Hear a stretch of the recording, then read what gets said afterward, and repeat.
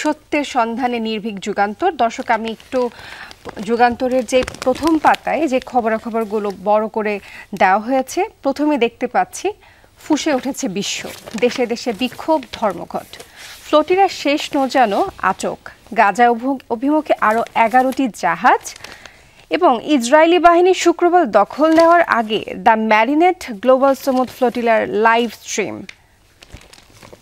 তারপরে দেখতে পাচ্ছি আমার কাছে আছে সব নিত্যপণ্যের দাম অসহনীয়, কাঁচামরিচের কেজি 400 টাকা প্রায়।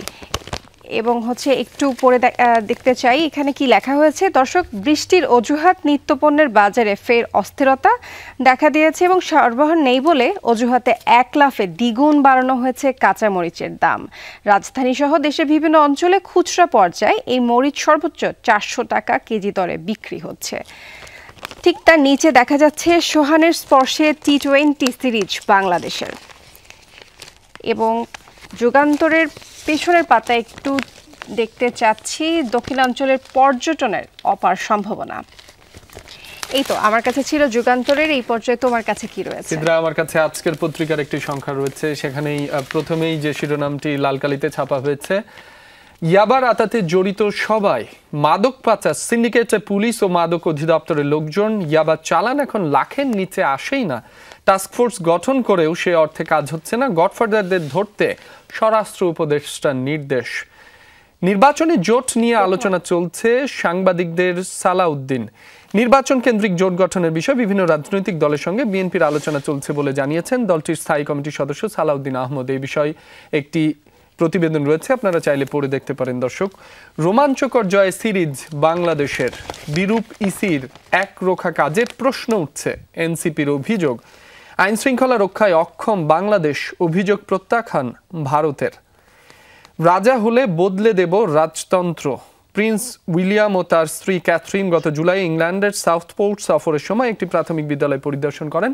সে সম্পর্কিত একটি ছবি ছাপা হয়েছে এবং একটি প্রতিবেদন রয়েছে, আপনারা চাইলে পড়ে দেখতে পারেন। দর্শক, ইসরায়েলে অনশনে সুমুদ ফ্লোটিলার অধিকার কর্মীরা, গাজার প্রতি সমর্থন। প্রথম বহরের সর্বশেষ জাহাজটিও আটক হয়েছে গতকাল। ইসরায়েলের বিরুদ্ধে নিষেধাজ্ঞা দাবি, ফ্লোটিলা আটকে দেওয়ার পর দেশে দেশে বিক্ষোভ। গাজাবাসীর পক্ষে ঢাকায় বিক্ষোভ, ফ্লোটিলা ইসরায়েলি হামলার তীব্র নিন্দা।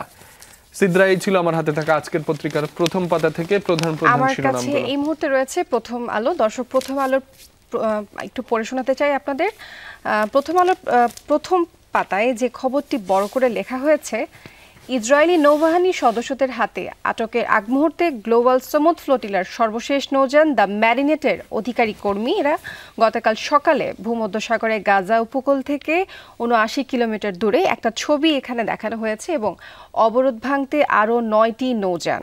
এবং তারই পাশে দেখতে পাচ্ছি আমাদের দেশের আলোকচিত্রী শহীদুল আলমের একটা ছবি এবং তিনি সেখানে লিখছেন, গাজা পর্যন্ত যাব, কোনো বাধা মানব না। এই কথাটি শহীদুল আলম জানিয়েছেন। সিদ্রা, আমার হাতে সমকালের একটি সংখ্যা রয়েছে, সেখান থেকে দর্শকদের শিরোনামগুলো একটু জানিয়ে দিতে চাই। সংক্রমণ 53% বৃদ্ধি, শঙ্কার মাস শুরু, ডেঙ্গুর প্রকোপ, এবছর মৃত্যু 202, শিশুর মৃত্যু হয়েছে 35 জনের। মোট মৃত্যু 60%। ঢাকার 2 সিটিতে তরুণ ও কর্মক্ষম জনগোষ্ঠী সবচেয়ে ঝুঁকিতে। ডেঙ্গুর প্রকোপ 10 জেলায়। আটক অধিকার কর্মীরা অনশনে, গ্লোবাল সুমুদ ফ্লোটিলা শেষ জাহাজটিও জব্দ করে নেওয়া হয়েছে। সালাউদ্দিন আহমেদ, আসন ভিত্তিক একক প্রার্থীর পথে বিএনপি। গাজার পথে আরো 11 জাহাজ, আক্রমণের শঙ্কা আছে, তবুও গাজা পর্যন্ত যাব বলছেন শহীদুল আলম। একটু শেষ পাতায় চোখ রাখতে চাই, সেখানে বেশ কিছু শিরোনাম রয়েছে। কর আদায়ের লক্ষ্যমাত্রা পূরণ হয়নি, চাইতে হবে অব্যাহতি। না নামতেই ছাড়ল ট্রেন, নিচে পড়ে হাত হারালেন নারী। পাবনায় ধূমকেতু এক্সপ্রেস ট্রেনে মর্মান্তিক দুর্ঘটনা। 5 জেলার নিচু এলাকা প্লাবিত হওয়ার শঙ্কা, সাগরে নিম্নচাপ দুর্বল হওয়ায় ভারী বৃষ্টির আভাস। রাজধানীতে যাত্রীবাহী বাস থামিয়ে গুলি, আগুন। সুন্দরগঞ্জে অ্যানথ্রাক্সের উপসর্গ, 11 জন হাসপাতালে। দর্শক, এই ছিল আমার হাতে থাকা সমকাল থেকে প্রধান প্রধান শিরোনামগুলো। আমার কাছে আছে দৈনিক ইত্তেফাক। দৈনিক ইত্তেফাক থেকে পড়ছি দর্শক, বরিশাল শেরে বাংলা মেডিকেল কলেজ হাসপাতালে ভরসার বড় হাসপাতালেও হতাশার বড় চিত্র। কাগজে কলমে 1000 শয্যার হলেও জনবল ও অবকাঠামো 500 শয্যারও কম। বিশেষজ্ঞ চিকিৎসকরা মেডিকেলমুখী নন। ওয়ার্ডগুলোতে ধারণ ক্ষমতা 4 থেকে 5 গুণ রোগী এবং সিন্ডিকেট ও দালাল চক্রের কাছে অসহায় রোগীরা। ঠিক এমনটাই দেখতে পাচ্ছি। এবং পাশেই হচ্ছে আরেকটি খবর দেওয়া হয়েছে যে গুরুত্বপূর্ণ যন্ত্রপাতি বিকল বছরের পর বছর, এবং সেখানে লেখা হয়েছে, একটু পড়ে শোনাতে চাই দর্শক, নেপথ্যে ডায়াগনস্টিক সিন্ডিকেট। রোগ নির্ণয়ে গুরুত্বপূর্ণ যন্ত্রপাতি বছরের পর বছর বিকল থাকায় বরিশাল শেরে বাংলা মেডিকেলে রোগীদের নিঃস্ব হতে হচ্ছে। আর এই সুযোগে হাসপাতালের সামনে ডায়াগনস্টিক যে সেন্টারগুলো রয়েছে তা ফুলে ফুপে উঠেছে। এবং ঠিক পাশেই দেখতে পাচ্ছি বাংলাদেশের গতকালের যে ম্যাচ হয়েছে সে ব্যাপারে লেখা হয়েছে, রোমাঞ্চকর জয়ে সিরিজ বাংলাদেশের।